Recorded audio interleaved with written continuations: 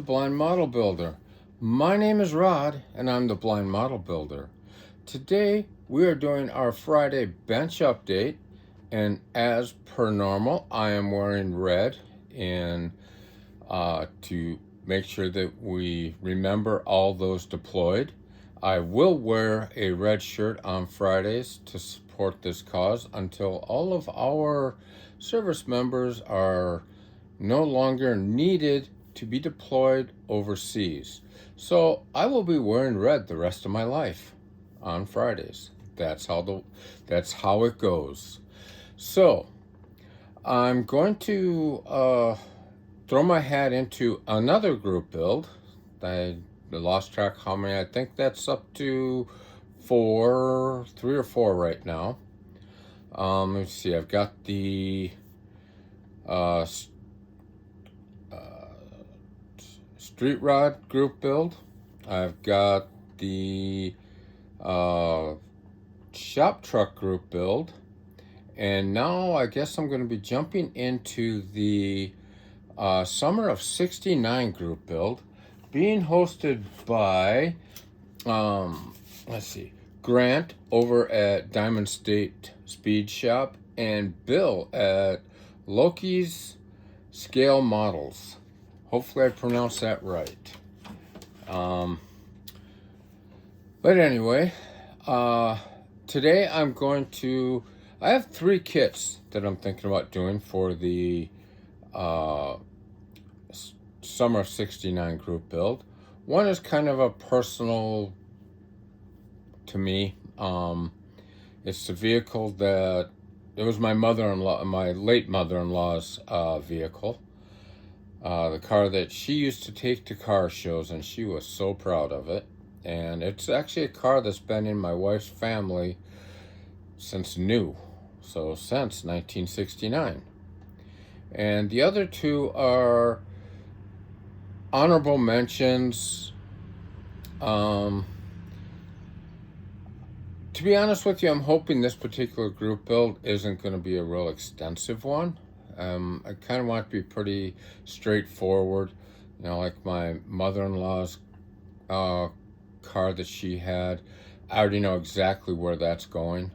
I mean, I know the color, I know the striping, I know everything, how that car is going to look. The other 2, not so much. But anyway, the other thing I'm going to show you today is I did some spray outs on some spoons for different colors, with different, to kind of give you guys an idea of what a different base color would look like with this color. And a lot of this is brought on by, I watched Shields Customs, custom car models, and something like that. I'll leave a link below.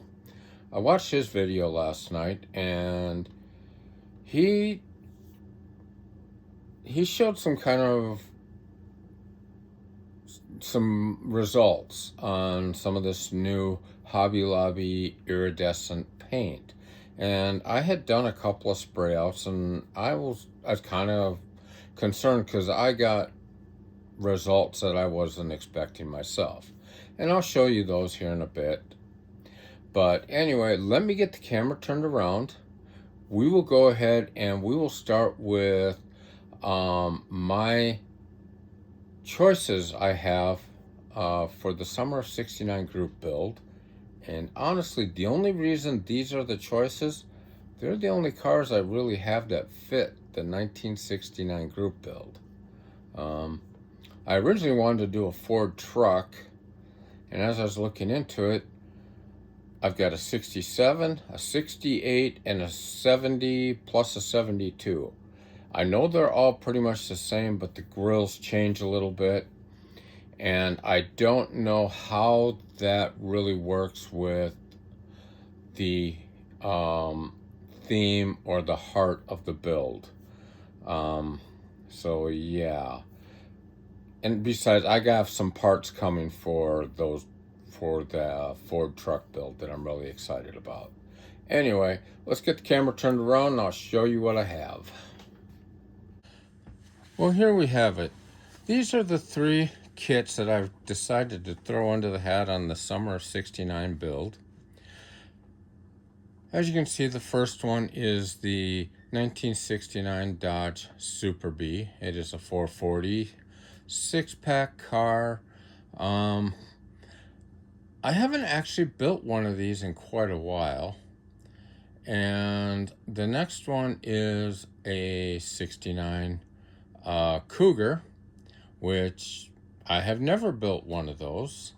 And I haven't even built a Mustang in quite a while. I did recently see a video where Ed over at One Team Garage had finished up this Cougar, and it was a pretty cool build when he was done with it. And the last one is the 1969 Barracuda. Now that's the one that is near and dear to my heart. That's the car that my late mother-in-law owned and drove to car shows, and she was just so proud of it. And like I say, that particular car has been in the family since new. And that car right there would wind up being red with a black vinyl top and a black stripe going down the side. The only thing I would probably change is it probably would not be a 318 car. I might try to go to a 440 or maybe even a 426 wedge. We'll see on that one. But those are the cars that I have to choose from. If you guys would just kind of give me your input, which one do you think would be the most fun to see on the channel? Now, be right back and we'll get back to the spoon spray outs. I'm going to start with just my primer spray out. I used the Kaleido Gloss Black Primer, which is this one right here. I did a Hobby Lobby brand, their new primer. That one is right here. And what I found is, I also did the Hobby Lobby gray. And the gray turned out, it's really a light, almost a white. And I'll have to admit, I like that. So I have a gray primer that comes out way too dark, and that I'm not real fond of. This is almost the same color as if you've ever used the Mr. Hobby or Mr. Surfacer, I guess, primer. It's almost that same exact color, and it leveled out nice. It's pretty smooth. Yeah, they're all really smooth, and I mean, you look at the two of those together, that one kind of reminds me of the, what is it?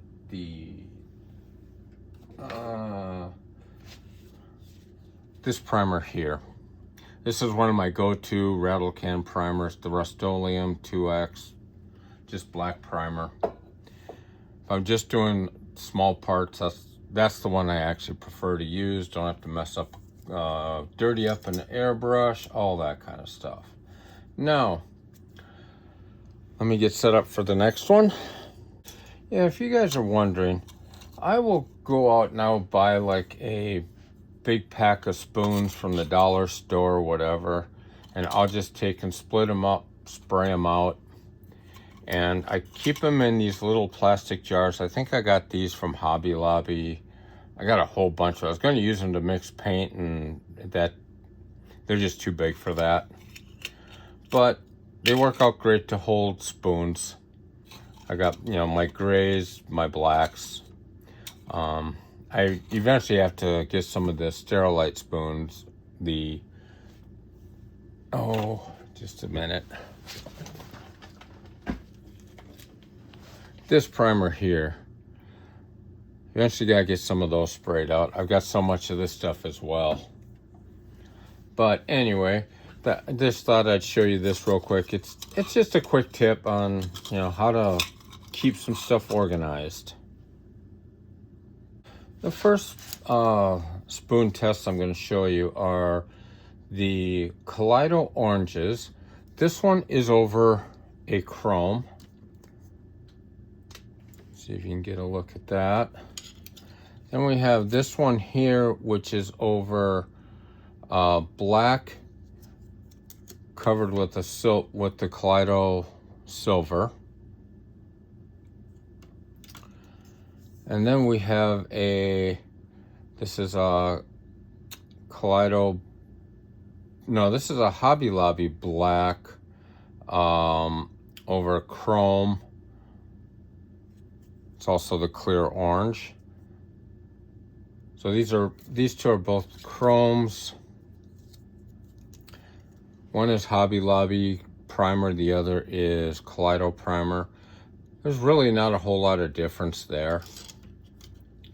And the last one is a Hobby Lobby gray with a chrome and then a clear orange over it. That one came out quite a bit different. I mean, if you look at the two, let's see, there's the other Hobby Lobby. You look at those two, one is considerably darker. And when I get to doing the two Hobby Lobby paints that I sprayed, you'll notice the difference there. Like that one as well. Kind of like this one.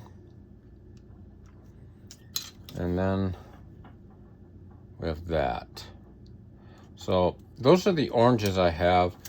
I want to spray out the Kaleido, I think one of the golds over, and then shoot the orange over that and see what we get.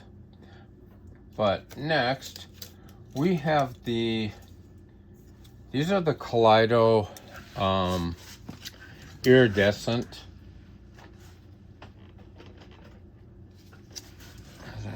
That's not the right one.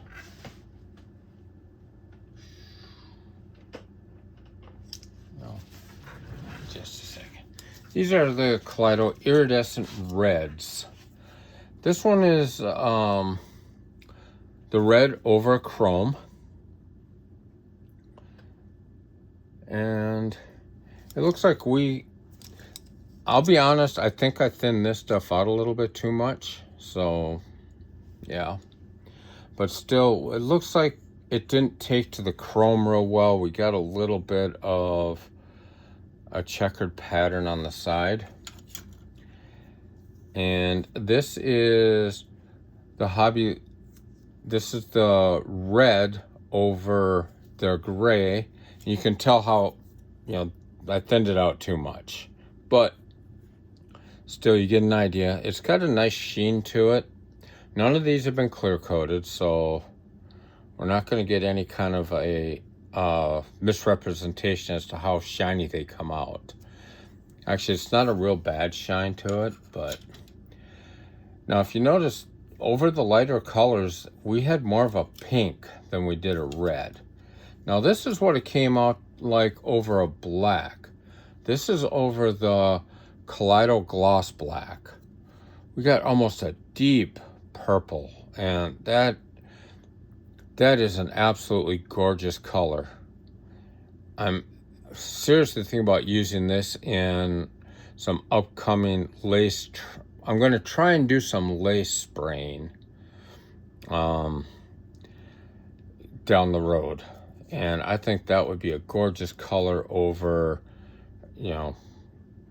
even a regular purple or, a pink or something else in that red lineup. Or maybe even over, let's see if I can get this, over something like that. That might be a great contrasting color. And then this was over the Hobby Lobby primer. Definitely a flatter look to it. I mean, I'm sure if you shot a clear coat over that, it'd be just fine. But you can definitely tell the difference in over a gloss primer and over a flat primer.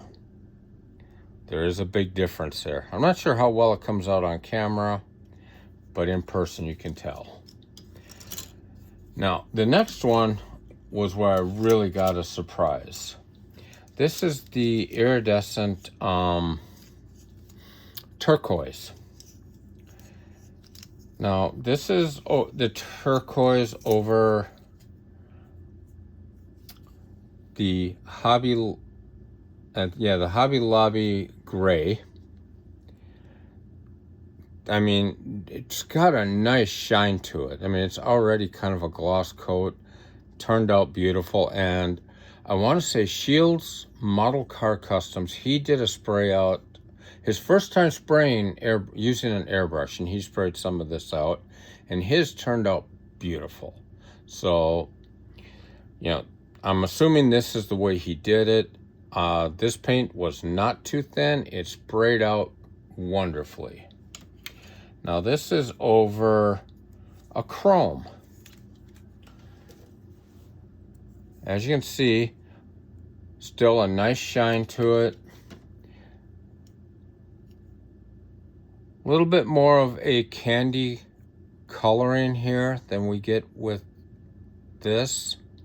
And that has everything to do with the backing. And the chrome I used was, I think I used the Rust-Oleum, just chrome. And next, this is where the surprise comes in. We have the turquoise over the Hobby Lobby black. You can see that is almost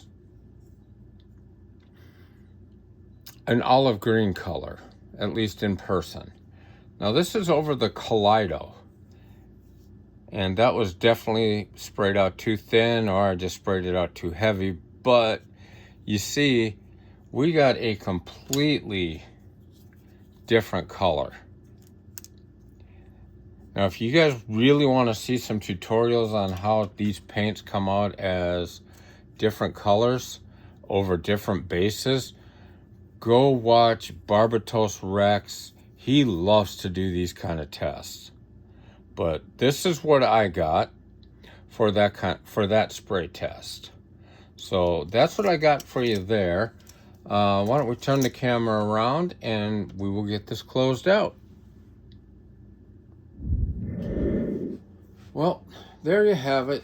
That is my Friday bench update. I'm going to bring up a couple quick points to close out the video. The brushes that I sprayed out over there, I want to let you know I did spray them out with the Advantis airbrush. This thing is absolutely a game changer. The trigger is so smooth, so reactive, and this is probably going to be one of my, it will be one of my go-to airbrushes. Let me put that up. And next, how many of you guys that are into airbrushing have just kind of been looking around you, all of a sudden you see, wow, where did that airbrush come from? Don't remember it. Well, that was me. I found this guy right here. I think this is it is a Gallery. This was my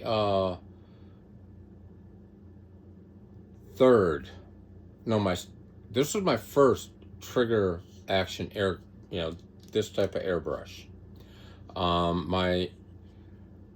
I had an Iwata that I know that a lot of people swear by Iwata. I was never a real fan, but this one here I believe is the, oh boy, do you think I can read that?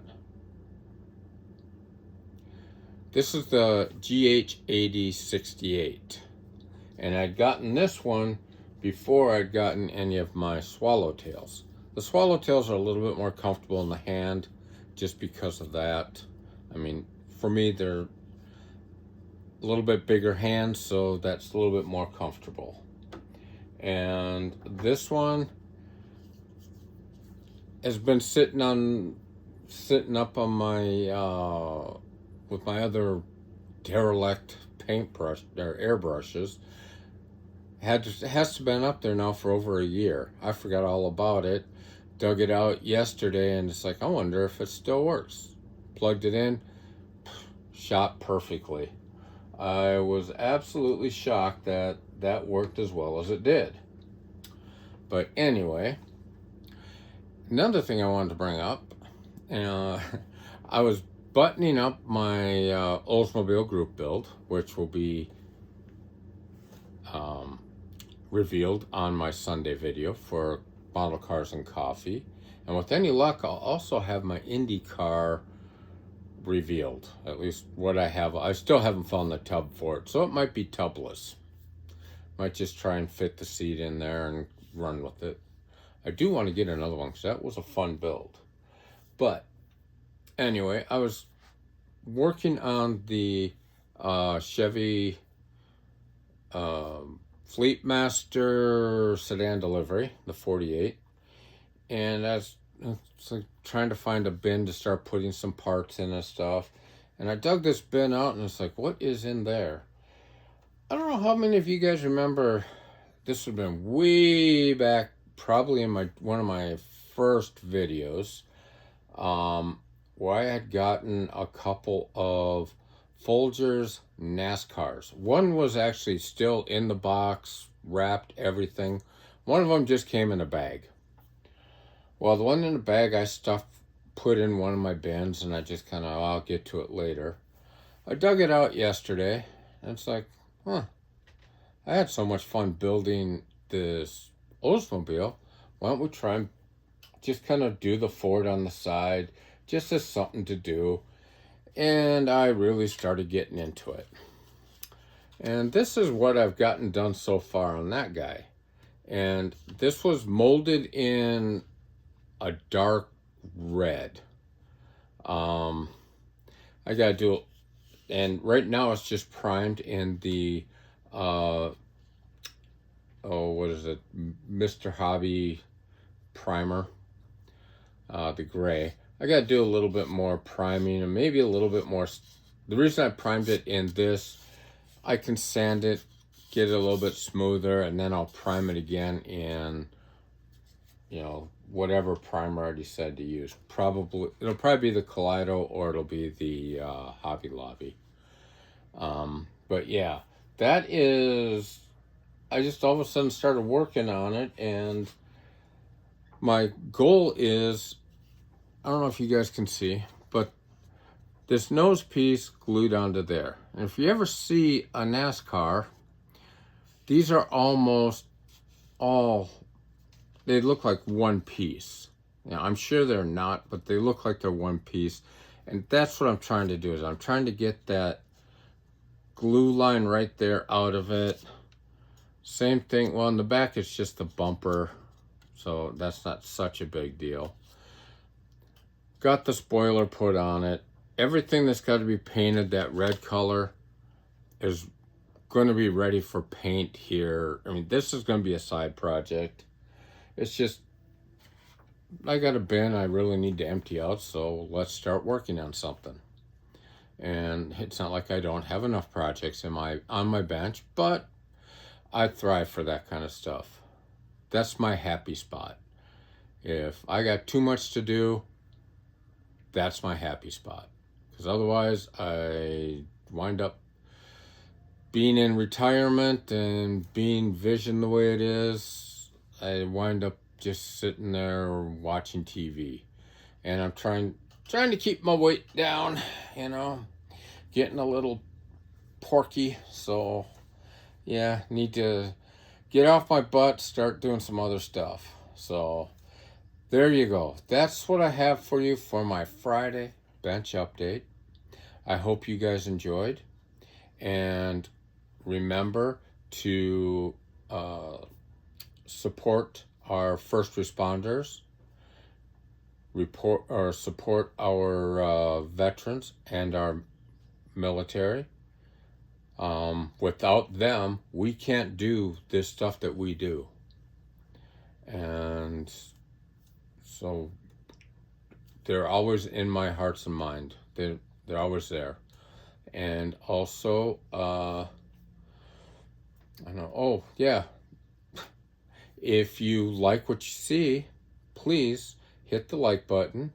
Shoot me a comment. Let me know, what do you think I can do better? What do you think, I'm doing right? And I read all the comments and I try to comment back to everybody. And so far I haven't gotten many negative comments. So, people seem to like what I'm doing. And also subscribe. It really helps. Yeah.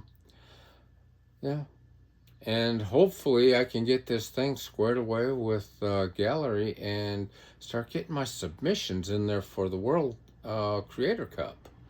Because that goes through September. So any of you guys out there, that are doing the airbrushing stuff, look into it. I mean, they've got some cash prizes are given away, and they also have some gift cards and stuff like that they're giving away. And I also need to let you guys know, I am not sponsored by Gallery.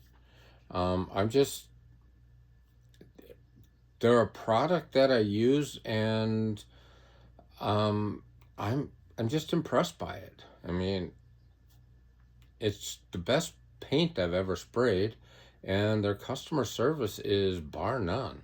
So, yeah. So, like I say, not sponsored, but definitely go look them up. If you guys decide you want to buy something from them, go to MK Model Workshop or Papa's Model Workshop. There's a bunch of other channels out there that have discount codes for them. Go over, I think maybe even Ed over at One Team Garage has one. I'll leave links to all these guys below. And, if you haven't checked them out, please do. I mean, these guys are a wealth of knowledge, and they're fun to watch. Papa's got some great builds he's been doing lately. And Jim over there at Papa's. And then MK Model Workshop just put out an excellent tutorial on the new Gallery Seeker.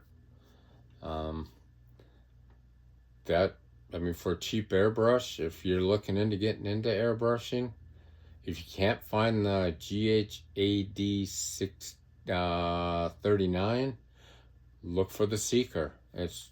Brushes are a lot alike. I mean, they're good brushes to use. If you're looking for like a trigger style, that GHAD 68 is a good brush. That one, I don't think it's much more than $60 for that brush.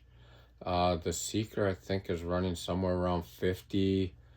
The GHAD 39 is somewhere around 40. You can find them all on sale, and then go ahead, find the discount codes for them. Save yourself some money. Buy yourself some airbrush cleaner. To a subscriber that commented earlier.